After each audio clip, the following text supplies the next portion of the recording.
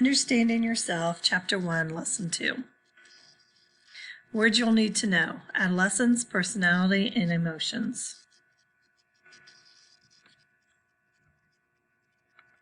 Adolescence, the definition for adolescence is the period of most growth and changes between childhood and becoming an adult. As you grow up, you tend to get older. You don't tend to get older, you do get older. And you become less concerned with what and how people think about you. You begin to make yourself happy instead of making others happy. So you do the things that are important to you, not what's important to your friends or your family. You become less of a follower. So if you know what's right and what's wrong, then you tend not to follow the people that are doing the bad things, and you tend to go to the people that do have your same beliefs and feelings. You learn your strengths and weaknesses, and what this means is you learn what you're good at and what you're bad at. If you're horrible at baseball, then you're probably not going to go play baseball with the kids that are on the baseball team at school. If you're good at basketball, then you might play basketball instead of baseball. So you're going to do what makes you look good and what makes you feel better about yourself.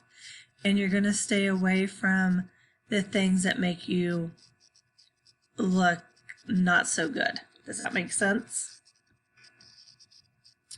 Your personality. Your personality is defined as the total sum of a person's traits, feelings, attitudes, and habits.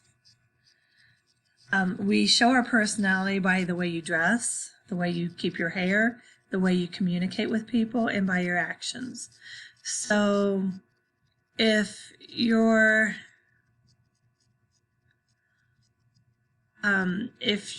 are very put together, then you're probably more sure of yourself. If your hair's done really nicely and you do it every morning before school and you spend an hour on it, that says something about the person who just wakes up and goes. The way you communicate with people, are you short with them?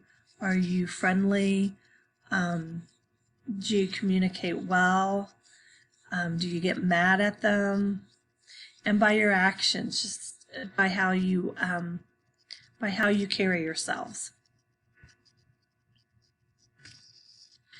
Personality. Our personalities grow and change as we get older. So how you acted, your personality from when you were little, is probably a lot different from now. And after you leave high school, it will change because you have different experiences in college. And the next one is changes occur from new experience.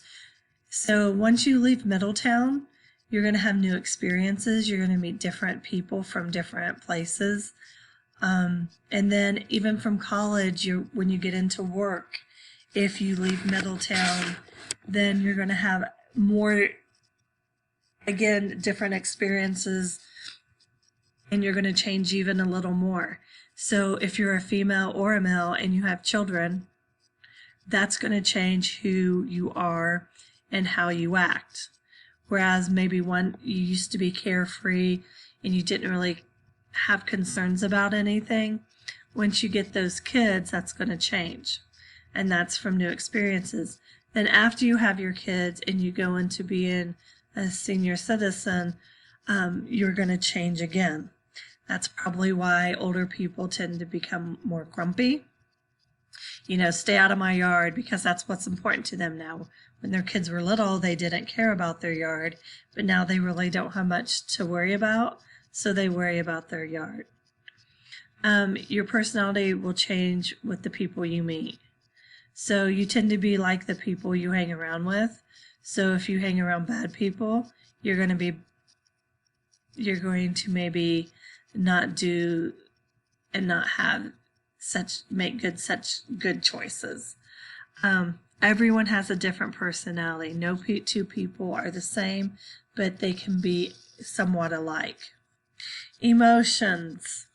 The definition of emotions are feelings such as happiness, fear, love. As we get older, we can experience more than one emotion at a time. When you were little, you were either happy or mad. Now, you can be both. You can be happy that your best friend is moving to Colorado because that's really where she wanted to go with her family, but mad at her at the same time because she's leaving you. That's experiencing more than one emotion.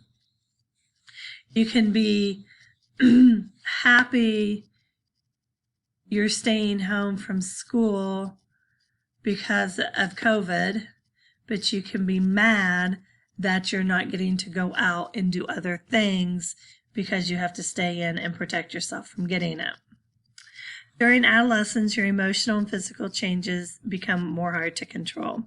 So you start either being really sad, really happy, or really mad. And what you need to know is that once you become in your adolescence, you have to practice more self-control.